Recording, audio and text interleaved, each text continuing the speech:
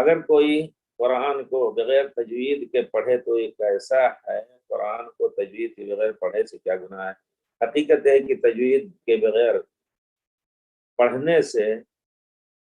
الفاظ کے معنی بھی بدل جائیں گے، الفاظ جب آپ ادا نہیں کریں گے غیر المغضوب علیہم ولا الضالین،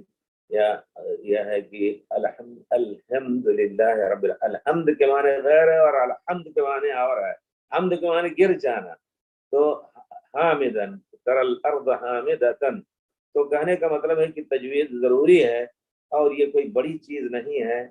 جس کی تجوید کے قواعد آپ یاد نہ کریں، لیکن زبان سے لے کر کے جیسے ہمارے محفظین بچوں کو بغیر قواعد پڑھائے بچپن ہی سے الحمد للہ رب العالمین، جس طرح آپ گھر میں کسی 2 سال کے بچے کو اس طرح تلقین کریں تو اس تلقین سے لے کر کے انشاءاللہ پڑھنے کی کوشش کرنی ضروری ہے۔ اور آج کل تو بہت آسان ہو گیا ہے، نیٹ پر اور دوسری چیزوں پر قرآن کے اچھے اچھے کیسٹ ملتے ہیں، یا یہ کہ وہ ایک چھوٹی سی